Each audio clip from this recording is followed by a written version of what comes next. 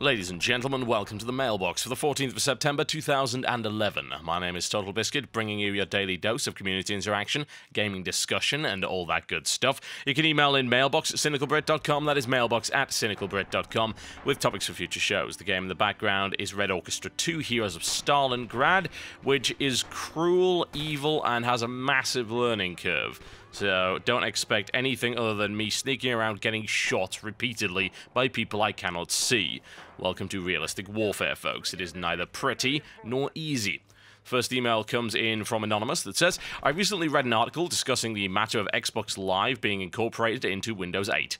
This somewhat concerns me. As a long-time PC gamer, I know how most of us feel about the Xbox gamers. Personally, I find their live service inferior to PC services like the Internet, Steam, Gamersgate, and much, much more. We don't need a service such as Xbox Live built into Windows 8. PC gamers will never be Xbox gamers, despite the dreams of Microsoft. If what they want is to make a PC a standardized gaming platform, then they are dead wrong about what PC gamers like. I assume that those of us who don't want the inferior service will stick to Windows 7. What are your thoughts on the matter? Is this a signaling of the beginning of PC standardization, or is Microsoft out of their minds?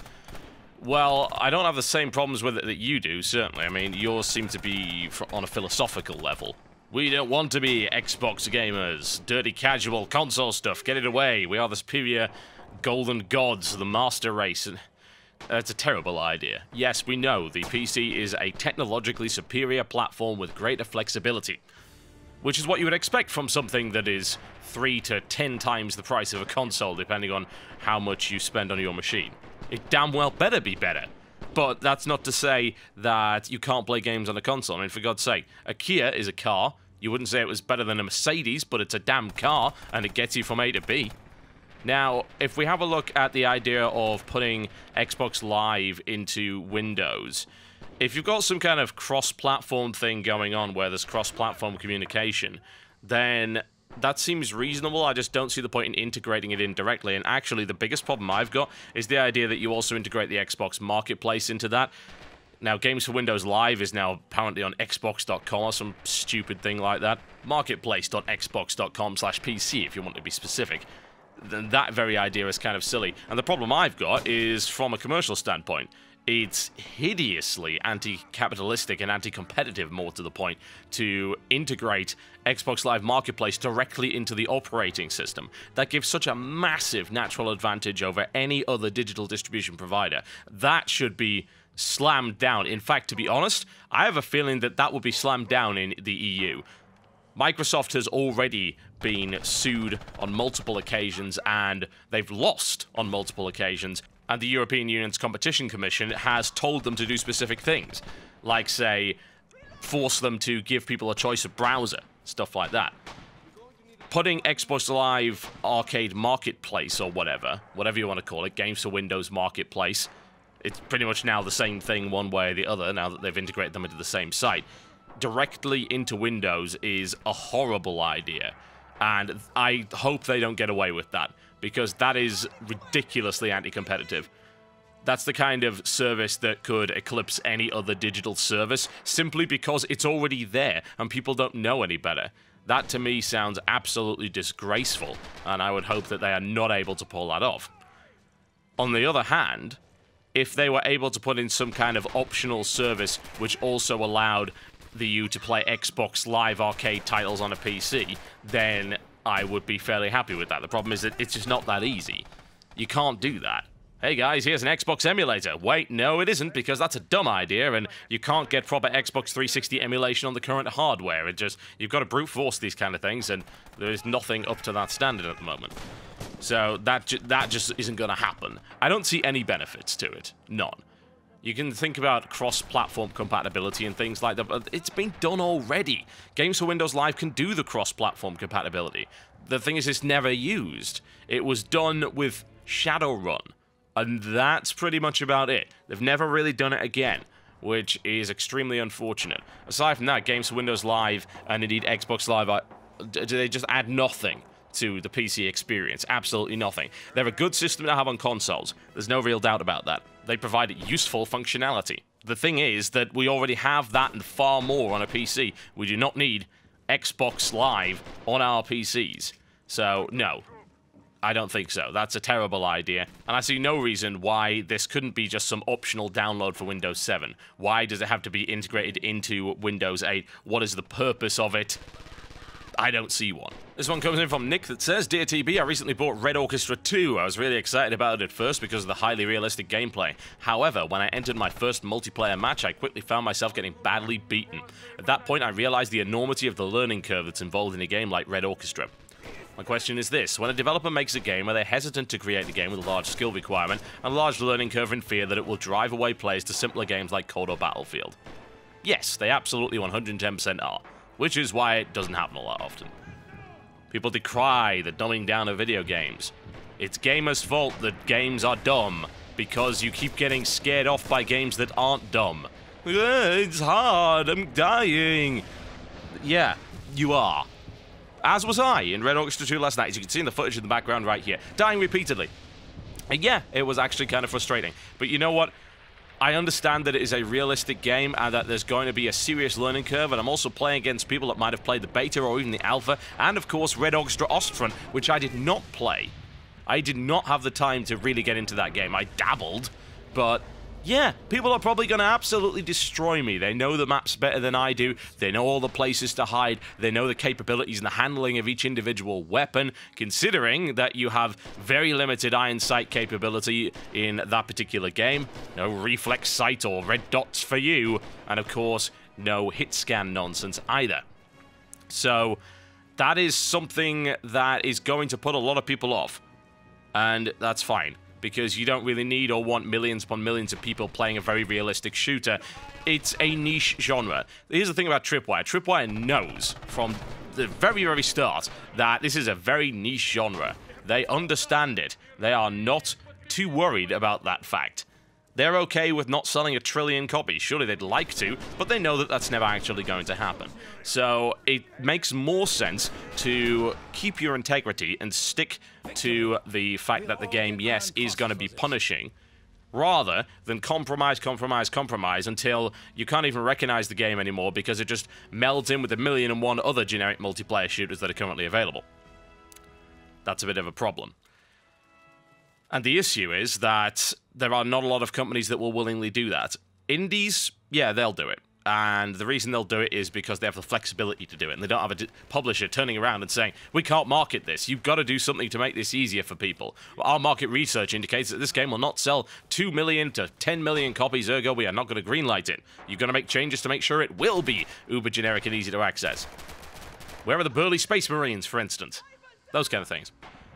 The problem is that indies have limited resources as well, so they can't necessarily afford to fail. If they put together a game that's very, very niche and it doesn't sell enough copies, they may not be able to make another game. You've also got the idea that they have limited technology at their disposal, so perhaps they can't give you the realistic approach because they can't fully model the physics, and they can't make a really gritty, realistic environment because they don't have the art team and, of course, the budget, or indeed the experience in order to make that happen. So it's a horrible situation that they get themselves stuck in right there. But yeah, there's no real doubt that it scares a lot of developers, and it certainly scares a lot of publishers as well, which is why you don't see an awful lot of it. And learning curves like that do scare people. And I did not enjoy my experience of Red Orchestra 2 last night. I really, really did not. I think I killed one dude. And then I got shot repeatedly by guys that I could not see. There is no kill cam in that game. You instantly die. It takes a while to get back to the front line. It's pretty horrific, all things considered. Hell, I even got gunned down by one of my friends at one point. I say friends in inverted commas. I got shot as I was walking through a door. My guys were on the other side. They thought that I was a bloody German. But yeah, that was not so great. I didn't enjoy myself.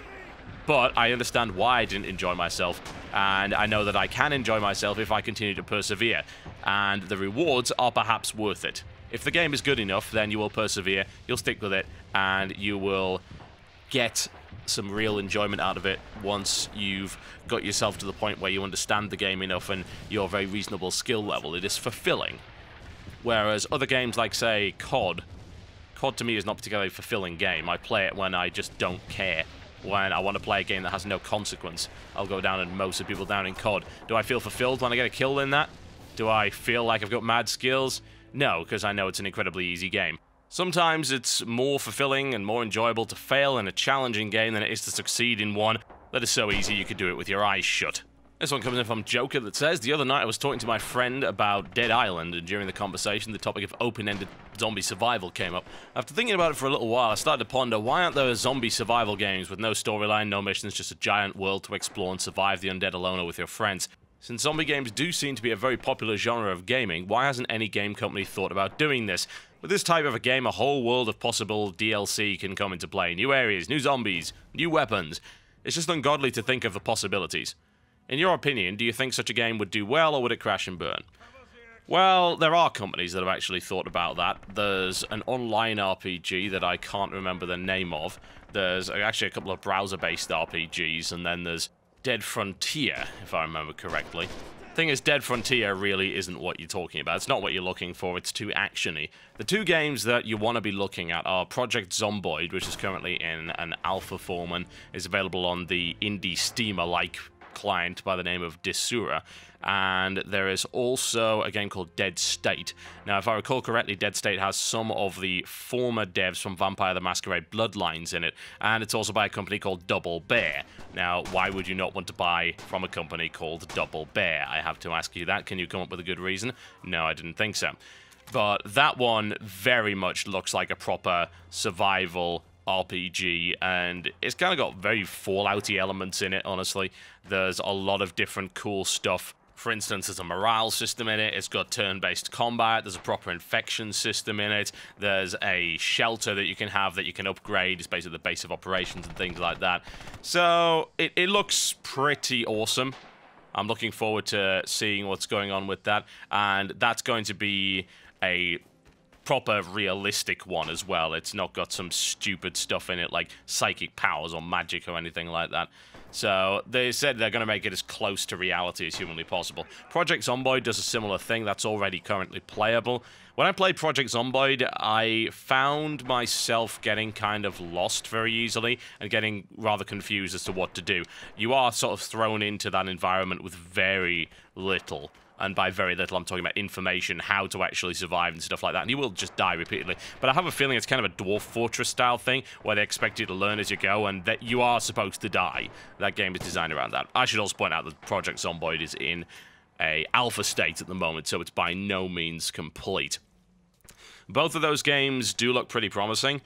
I think the real problem with it is that if your sole purpose, if the only thing you're supposed to do is survive, and there's really no end game to work towards, then I don't know if people will stay interested in that for long enough. I mean, you've got, say, a game like Minecraft, where there is no end game there either, but the limitless creativity that you can effectively put in that game sort of sidetracks the fact that there is no point to it. And then you look at something like Project Zomboid or whatever, and you think, well, what is the point other than survive? And it's kind of grim, to be honest, because a lot of the tasks you have to take part in are extremely repetitive. Go out to find food, maintain your shelter or whatever, shoot any zombie that gets close to you, and then what? What's the end game? What's the way out of that? Is there something to work towards? Because in a game like that, in my opinion, it's got to be pretty much goal-driven. And unless you have a lot of little sub-goals, say towards upgrading your shelter or finding certain kinds of weapon or materials, trying to maybe build a vehicle to get out of there, that's the kind of thing that would keep me going. If it didn't have those things, I think I would get bored, if I'm totally honest. It seems aimless. It's a directionless idea, and I think that that's the reason that zombie games up until this point haven't done it, because they believe that gamers do need a clear goal, and for the most part they are right in that regard, because if they don't have a clear goal, they've got to make it so incredibly flexible that it's difficult to code, and that's a scary thing to do, giving your players so much freedom. And of course, it's a difficult thing to do as well. How do you do that? Is it technically possible within your engine? What are the balance problems? What are the mechanical issues that come in there? And also, how gamey do you make it? I mean, do you make it so that you get hungry and you have to maintain yourself and things like that? Because that's kind of boring. But then again, people complain that it's not realistic at that point. Do you deal with the idea of just random illness and all sorts of issues? How do you balance that out? That's a tricky concept. That's the kind of thing that needs a very large, very detailed, and very well thought out design document in order to proceed. And that's probably the reason why they haven't done it up to now. But keep an eye out on both Dead State and Project Zomboid. They are the things that you are looking for. Okay, folks, that is me done for the day. Thank you very much for watching the Mailbox. I'd like to remind you that I'm going to Valencia on Friday to cast the DreamHack Invitational in Spain. I won't be gone long. I'm flying out Friday, and then I'm coming back Sunday. So there probably won't be any videos over that weekend. I'll see if I can maybe store up some Terraria or something like that before I go, and that will perhaps keep you sorted out over the weekend. Aside from that, remember to tune into the DreamHack Valencia Invitational, the details for which are in the description below this video. I'll see you next time. Thanks.